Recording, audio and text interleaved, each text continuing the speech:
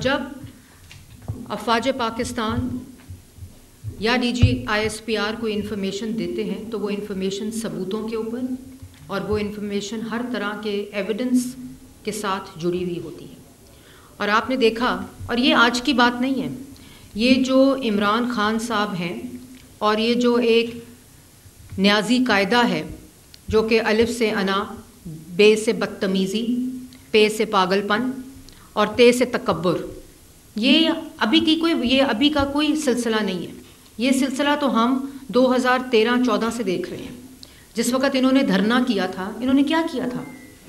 عمران خان صاحب نے جب 2014 میں دھرنا کیا پاکستان مسلم لیگ نون کی حکومت آنے کے بعد، اور جب وزیر اعظم نواز شریف صاحب تھے، تو کیا کیا تھا؟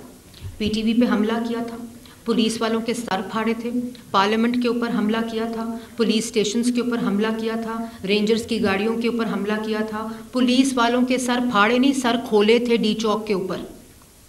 اور اوئے میں تمہیں چھوڑوں گا نہیں، مطلب جو غلیظ گفتگو، جو بدتمیزی کسی بھی حکومت کے خلاف ہو سکتی ہے وہ انہوں نے کی تھی. اس وقت بھی امپائر کی انگلی اٹھنے والی ہے، امپائر کی انگلی بیٹھنے والی ہے، امپائر کی انگلی لیٹنے والی ہے، یہ قسم کا بیانیہ تھا.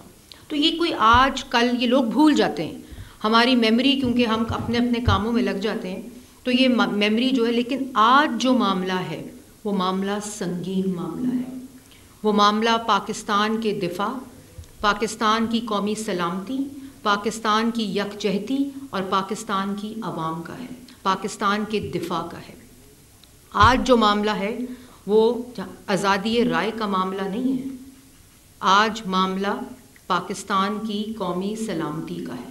اور اگر سب کو پاکستان کا آئین آزادی رائے دیتا ہے تو اس آزادی رائے کے اندر، اس کے استعمال کے اندر قومی اور ملک دشمنی جب لائن تفریق نہیں ہوتی تو پھر وہی آئین اس کی سزا بھی بتاتا ہے، سب کے لیے بتاتا ہے.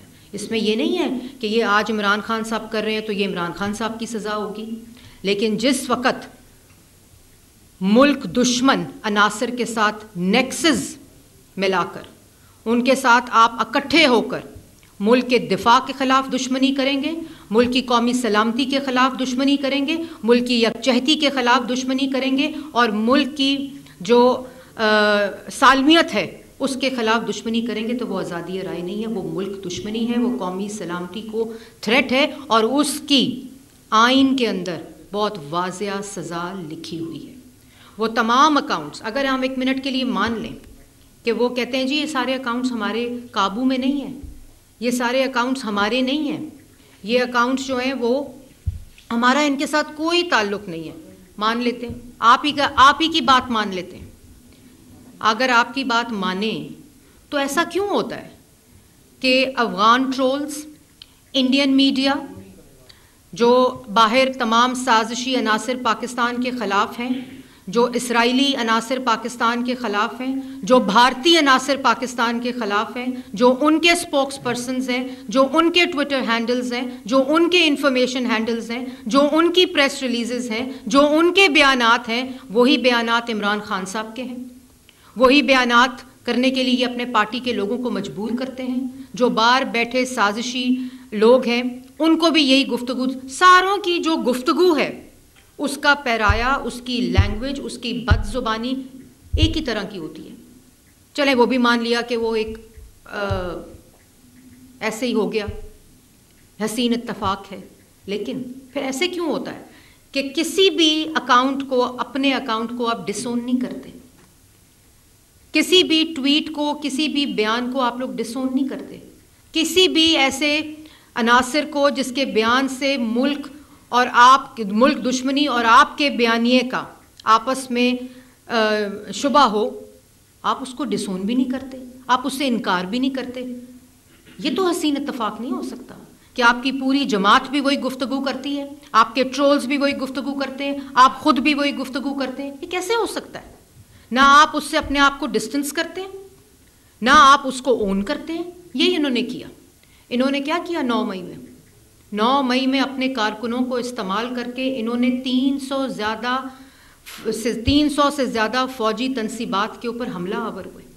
شہیدوں کے مجسموں کی بے حرمتی کی، اور یہ بلڈ اپ کرتے ہیں، یہ پورا سازشی بیانیہ ملک کے خلاف بناتے ہیں، یہ بلڈ اپ کرتے ہیں۔ اسلام آباد ہائی کورٹ جا رہے ہیں تو گاڑی میں بیان دے رہے ہیں کہ اگر مجھے کسی نے گرفتار کیا تو پھر دیکھنا کیا ہوگا، اور وہی 9 مئی کو ہوا۔ بھئی تمہیں گرفتار کر رہے ہیں فورن فنڈنگ پہ، تمہیں گرفتار کر رہے ہیں توشہ خانہ پہ، تمہیں گرفتار کر رہے ہیں 190 ملین پاؤنڈ پہ، تمہیں گرفتار کر رہے ہیں خانہ کعبہ کی عکس کی گھڑی بیچنے پہ، تمہیں گرفتار کر رہے ہیں تمہاری کرپشن پہ، تمہاری چوری کے اوپر جو تم نے اس ملک کے ساتھ کیا اس پہ تمہیں گرفتار کر رہے ہیں۔ اس کے فوج کا کیا تعلق ہے؟ ہاں لیکن کوشش یہ کرتا ہے، یہ سازشی وہ کوشش کرتا ہے کہ وہ بڑا بیانیہ بنائے، وہ جھوٹا غلیظ گندی زبان استعمال کر کے وہ بڑا بیانیہ بنائے کہ اس کے اپنے اعمالوں سے اس کی نظر اٹھائی جائے۔ اس سے پوچھو کہ پی کے میں کیا ہو رہا ہے تو کہتے ہیں 27ویں ترمیم کو نہیں مانتے۔ اس سے پوچھیں ہسپتالوں میں کیا ہو رہا ہے، خیبر پختونخوا میں دہشت گردی میں کیا ہو رہا ہے، اسکولوں میں کیا ہو رہا ہے، سڑکوں پہ جا کر دیکھیں کیا ہو رہا ہے، تو وہ کہتے ہیں جی نہیں ہم 27ویں ترمیم کو نہیں مانتے۔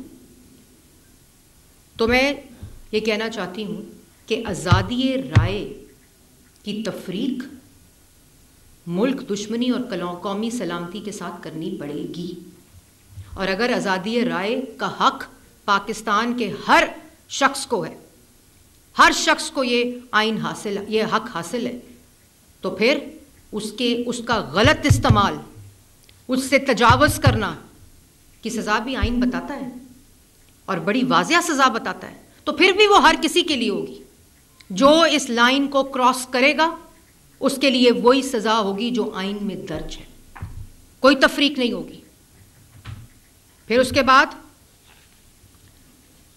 افواج پاکستان، تم ہندوستانی میڈیا کے ساتھ مل کر، تم ہندوستان کے اسپوکس پرسنز کے ساتھ مل کر، تم ان کے اینکرز کے ساتھ مل کر، اگر ان کی شکل ہٹا کے اس کی شکل لگا دی جائے تو ایک لینگویج ہے، ایک زبان ہے، ایک بیان ہے، تم اس کے ساتھ مل کر اس فوج کو جس نے مارکہ حق لڑا، جس نے بنیان المرصوص لڑا، chief of army staff, chief of defence forces, field marshal Asim Munir سے لے کر وہ سپاہی جو آج ہمارے سرحدوں پر کھڑا ہو کے یہ جنگ لڑتا ہے، ہماری حفاظت کرتا ہے، وہ پاکستان کی عوام اور پاکستان کی قوم کے سر کا جھومر ہے۔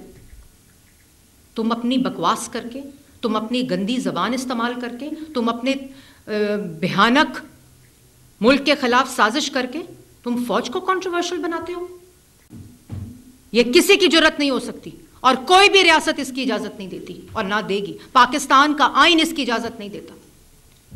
جس نے مارکہ حق لڑ کر، جس افواج پاکستان نے، جس نے بنیان المرصوص لڑ کر نہ صرف بھارتی طاقت کے کھوکھلے نقاب کو بے نقاب کیا ہے، بلکہ ایک پوری دنیا میں طاقت اور تاثر کے ایک نئے نقشے کی لکیر کھینچی ہے، اس کو کنٹروورشل کرتے ہو اور پھر کہتے ہو